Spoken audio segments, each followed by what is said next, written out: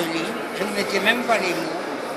En bas, je mettais le nom de l'auteur. En haut, je mettais le titre.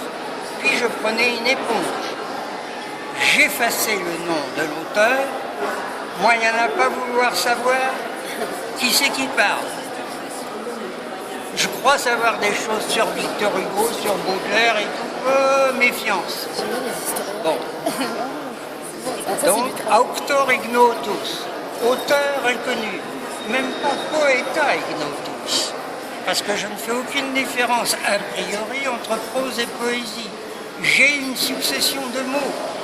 Je vais essayer de comprendre, moi. Il ne faudra pas venir me dire « Ah, c'est de la poésie, ça a le sens qu'on veut, etc. » Je ne marche pas dans cette combine, c'est du chiquet.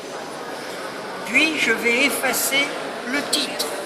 Parce que le titre me promet que c'est du lard et ce n'est peut-être même pas du cochon. Vous comprenez? Voilà. Et j'essaye de comprendre les 180 mots. Vous avez une méthodologie pour les documentaires Non, aussi? je n'ai pas de méthodologie, j'ai une méthode. Et méthodologie, c'est gonflé. Oui. Technologie, c'est gonflé. Moi, je dis technique, je dis méthode. Simple. Et pour les documentaires? Vous savez que pour les documentaires, oui. Voici comment je faisais. Je prenais un bref documentaire et on le regardait 3 fois.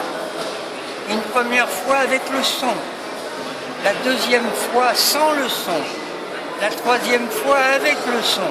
Et déjà là, les étudiants étaient stupéfaits de voir la distance qu'il y avait entre les propos tenus, les commentaires, et puis les images. C'est comme le bulldozer qu'on voit à Bergen-Belsen. Ben, il n'est pas conduit par un Allemand, voyez-vous, il est conduit par un lieutenant britannique, dont nous avons le prénom et le nom. Bon, alors on coupe quelquefois la photo pour montrer le bulldozer poussant les cadavres, mais pas le Tommy avec son béret. Si bien que les bonnes gens disent « Oh, c'est terrible, oh là là, regardez, c'était industriel ». Bah, c'est un peu ce que font les journalistes aujourd'hui à la télé, quoi. Voilà. Alors, et on concluait, ou bien c'est un documentaire, ou c'est un documentaire. Ça dépendait. C'est la manipulation. Qu'est-ce qu'on pensait de la sécurité qu'il y a à chaque fois, qui est différente des autres chambres correctionnelles? La sécurité, où ça? La fouille Ah oui. qui existe à la 17e seulement pour vous, Ouais. M. Dieudonné ou M. Sora. Oui, mais écoutez, Qu'est-ce que vous en pensez? eh bien, moi je trouve ça normal. Et si, je trouve ça normal parce que il est bien connu qu'on court des risques physiques dans des procès de ce genre. Mais je peux vous dire qu'aujourd'hui, moi je suis tranquille comme Baptiste. Attention, hein, un coup va m'arriver.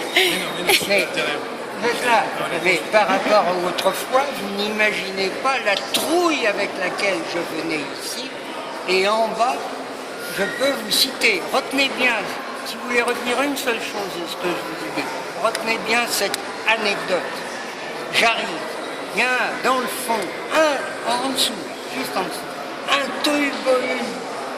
Je sais qui m'attend et pour me casser la figure, une fois de plus. Je m'adresse à un garde, je ne m'adresse pas à un gendarme, mais à un garde. Et je lui dis, vous voyez ce tohu-bohu?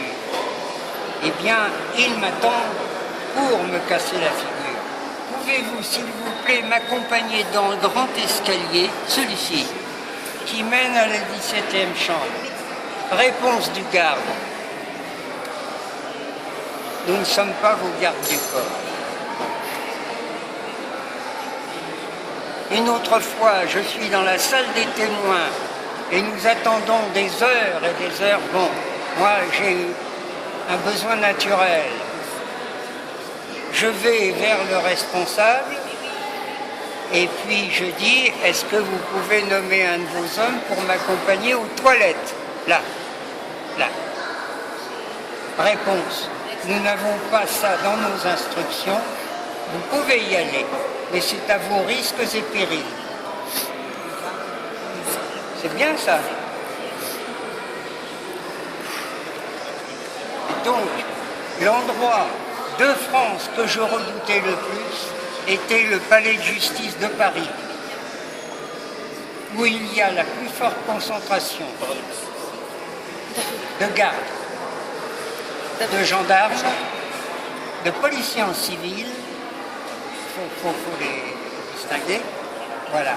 Aujourd'hui, des caméras, normalement. Oui, et moi je ne suis pas contre. Enfin, nous sommes tous fichus maintenant. Bon. Professeur, Oui. est-ce qu'un homme peut changer le cours de l'histoire et d'être contre la pensée unique Non. selon le Non, faire non. contre la pensée unique? Vous ne savez pas pourquoi un grand événement comme celui de l'écroulement du mur de Berlin, personne ne peut expliquer pourquoi il s'est effondré à ce moment-là, à cette heure-là. J'habitais à Moscou à l'époque, en Union soviétique. J'ai vécu 4 ans et demi à l'époque On ne de sait- Gorbatchev. non, mais on ne sait pas pourquoi. Ouais. On ne sait pas.